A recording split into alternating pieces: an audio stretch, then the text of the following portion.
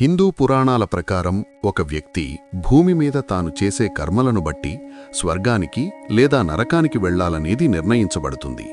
ఈ నేపథ్యంలో గరుడ పురాణంలో ప్రతి ఒక్కరి వృత్తాంతం గురించి వివరించబడింది.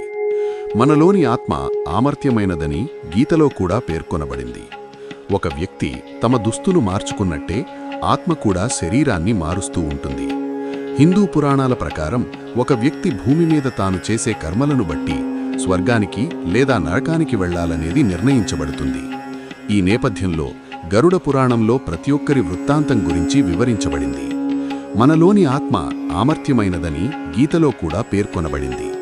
ఒక వ్యక్తి తమ దుస్తులు మార్చుకున్నట్టే ఆత్మ కూడా శరీరాన్ని మారుస్తూ ఉంటుంది. మనం ఈ జన్మలో చేసిన పాపాలు పుణ్యాలు ఆధారంగానే మరుసటి జన్మలో ఏదో ఒక రూపంలో జన్మించగలమని గరుడ పురాణంలో వివరించబడింది. ఈ సందర్భంగా మరణానంతరం వచ్చే జన్మలో మీరెమవుతారు, ఎలా పుడతారనే ఆసక్తికరమైన విశేషాలను ఇప్పుడే తెలుసుకోండి. స్త్రీలను ఇబ్బంది పెట్టేవారు. ఈ జన్మలో ఎవరైతే మహిళలను ఇబ్బందులకు గురిచేస్తారో, వారిని దోపిడీ చేయడం వంటివి చేస్తారో వారు వచ్చే జన్మలో భయంకరమైన రోగాల బారిన పడతారు. మరోవైపు వివాహేతర సంబంధాలు కలిగిన వారు తదుపరి జన్మలో నపుంసకులుగా పుడతారు. గురువు భార్యలతో అసభ్యంగా ప్రవర్తించేవారు కుష్ఠరోగాల బారిన పడతారు. మోసం చేసేవారు. ప్రస్తుత కలియుగంలో ప్రతి ఒక్కరూ ఏదో ఒక సందర్భంలో మోసం చేస్తూనే ఉన్నారు.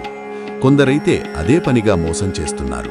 ఇలా మోసం చేసేవారు వచ్చే జన్మలో గుడ్లగూబలుగా పుడతారని గరుడ పురాణంలో వివరించబడింది. తప్పుడు సాక్ష్యాలు చెప్పేవారు రెండో జన్మలో అంధుడిగా అంటే గుడ్డివాడిగా పుడతారు. జంతువులను హింసించేవారు. గరుడ పురాణం ప్రకారం జంతువులను హింసించేవారు లేదా వాటిని వేటాడటం వంటివి చేస్తూ హింసను కొనసాగిస్తూ కుటుంబాన్ని పోషించే వ్యక్తులు తదుపరి జన్మలో కసాయిల చేతిలో మేకగా జన్మిస్తాడు. తల్లిదండ్రులను వేధించేవారు. గరుడ పురాణం ప్రకారం తల్లిదండ్రులను లేదా తోడుబుట్టులను వేధించే వ్యక్తులు వచ్చే జన్మను అస్సలు పొందలేరు. వారు గర్భంలోనే చనిపోతారు. ఎప్పటికీ భూమి మీదకు రాలేడు. గురువులను అవమానిస్తే దేవుడిని అవమానించినట్టేనని గరుడ పురాణంలో వివరించబడింది. ఇలా చేసిన వారు నేరుగా నరకానికి వెళ్తారు. అంతేకాదు, గురువుతో అసభ్యంగా ప్రవర్తించిన శిష్యులు వచ్చే జన్మలో నీరులేని అడవిలో పుడతారు. అమ్మాయిలా ప్రవర్తిస్తే, ఎవరైతే మగాళ్లు మహిళల్లాగా ప్రవర్తిస్తుంటారో, వారి అలవాట్లను తమ అలవాట్లుగా మార్చుకుంటారో అలాంటి పురుషులు వచ్చే జన్మలో స్త్రీ రూపాన్ని పొందుతారు. మరణం సమయంలో ఎవరైతే తాము మరణించే సమయంలో భగవంతుణ్ణి స్మరించుకుంటారో వారంతా విముక్తి మార్గంలో పయనిస్తారు.